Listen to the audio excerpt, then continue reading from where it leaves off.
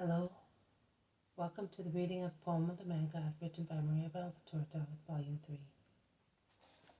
Chapter 304, Jesus' Lesson to Marjiam. 17th October, 1945. Jesus goes out of the house, holding the boy by the hand. They do not go to the center of Nazareth. On the contrary, they leave the village, going along the same road which Jesus took the first time he left his house for his public life. When they arrive at the first olive groves, they leave the main road and follow little paths among trees, in search of the warm sun after the stormy days. Jesus urges Marjiam to run and jump, but the boy replies, "I prefer to stay with you. I am big now, and I am a disciple." Jesus smiles at the authoritative profession of age and dignity. It is true that it is a little adult who is walking beside him. No one would say that he is more than 10 years old, but no one can deny that he is a disciple. And least of all Jesus, who just says, "But you will be bored being silent while I pray.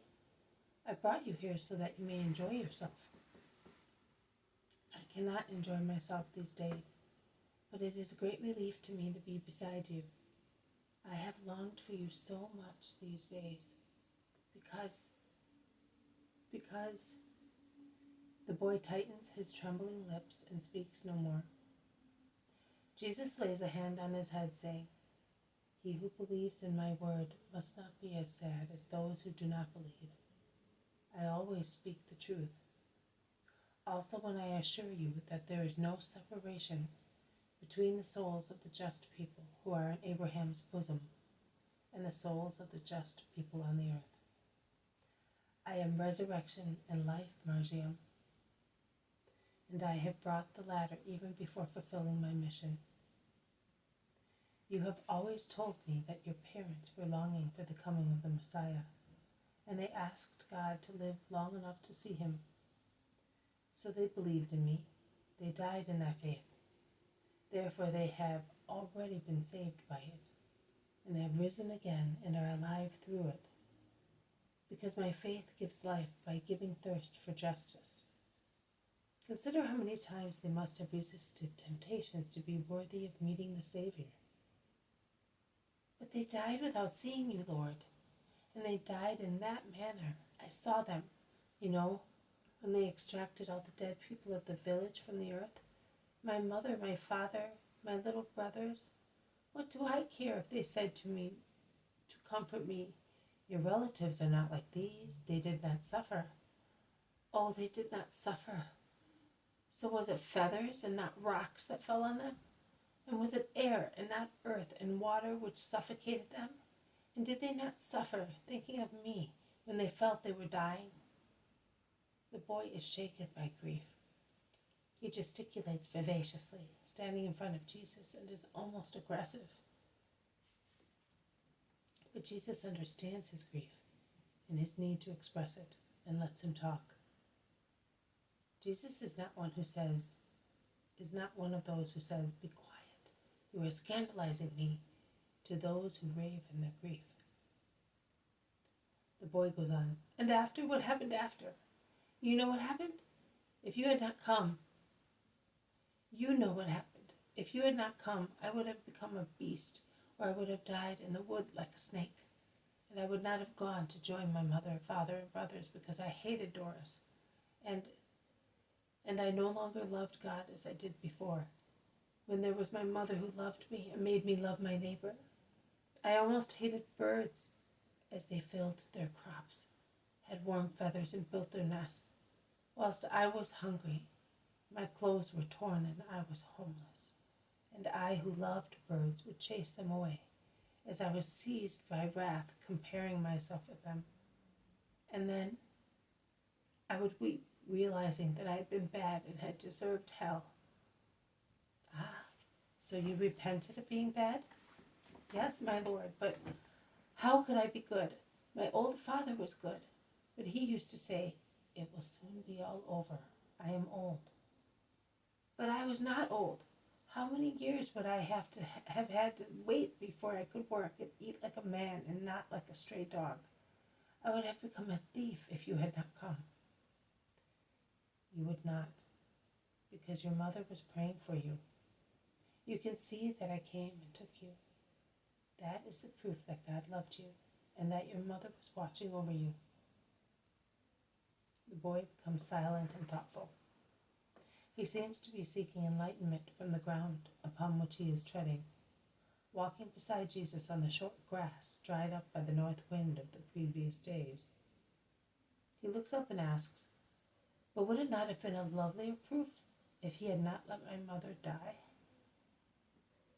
Jesus smiles at the human logic of his young mind, and he kindly but earnestly explains, "Now, Marjiam, I will make you understand the situation by means of a comparison. You told me that you like little birds, did you not? Now listen. Were little birds created to fly or to be closed in cages? To fly. Good. And what do the mothers of the little birds do to nourish them? They feed them. Yes, but with what? With seeds, flies, grubs, or crumbs of bread, or bits of fruit, which they find flying about. Very well. Now listen. If in springtime you should find a nest on the ground, with little ones in it, and their mother on them, what would you do? I would take it. All of it, as it is, including the mother?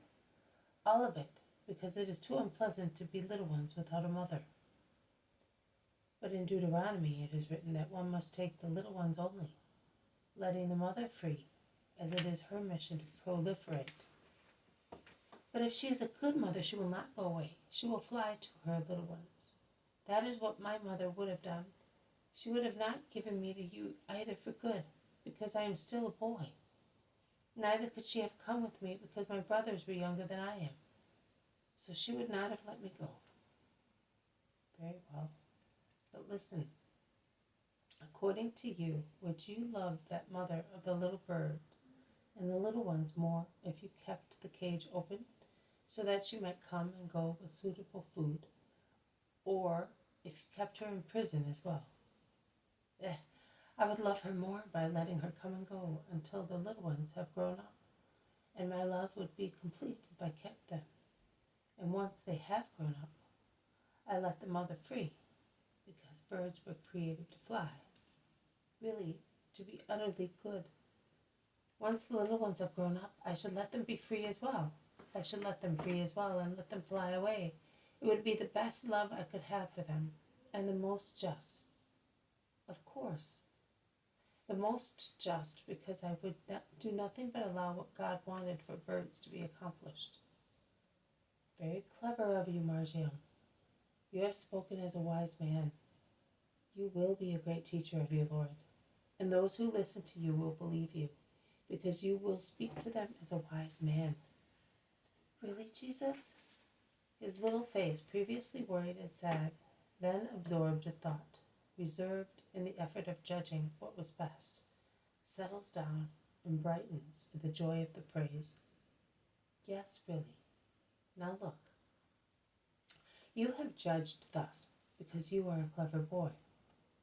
Now consider how God will judge, since he is perfection itself, with regard to souls and what is best for them. Souls are like birds, enclosed in the cages of bodies. The earth is the place where they are brought with their cages, but they yearn for the freedom of heaven, for the sun which is God, for nourishment suitable to them, which is the contemplation of God. No human love, not even the holy love of a mother for her children, or of children for their mother, is so strong as to suffocate such yearning of souls to be rejoined to their origin, which is God. Likewise, God, because of his perfect love for us, finds no reason so strong as to exceed his desire to be rejoined to the soul longing for him. What happens then? Sometimes he loves it so much that he says to it, "Come, I will free you."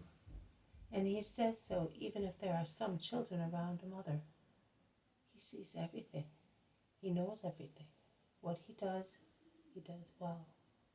When he frees a soul, the limited intelligence of men may not think so, but it is true.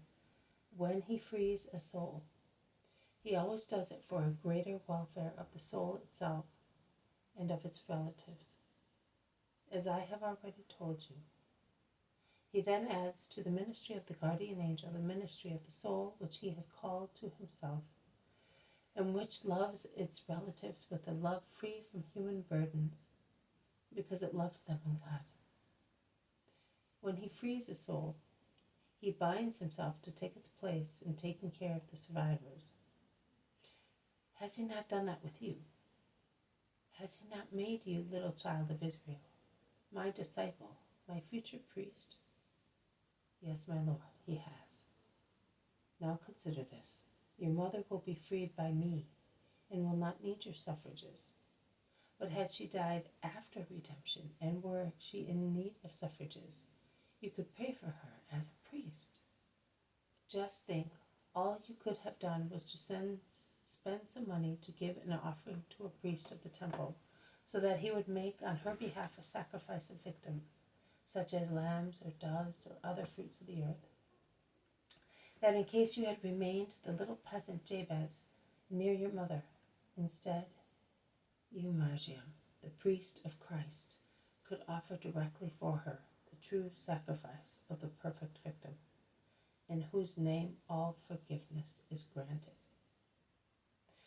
And will I no longer be able to do it? Not for your father, mother, and little brothers, but you will be able to do it for friends and disciples. Is that not beautiful? Yes, Lord. Well then, let us go back home and be cheerful once again.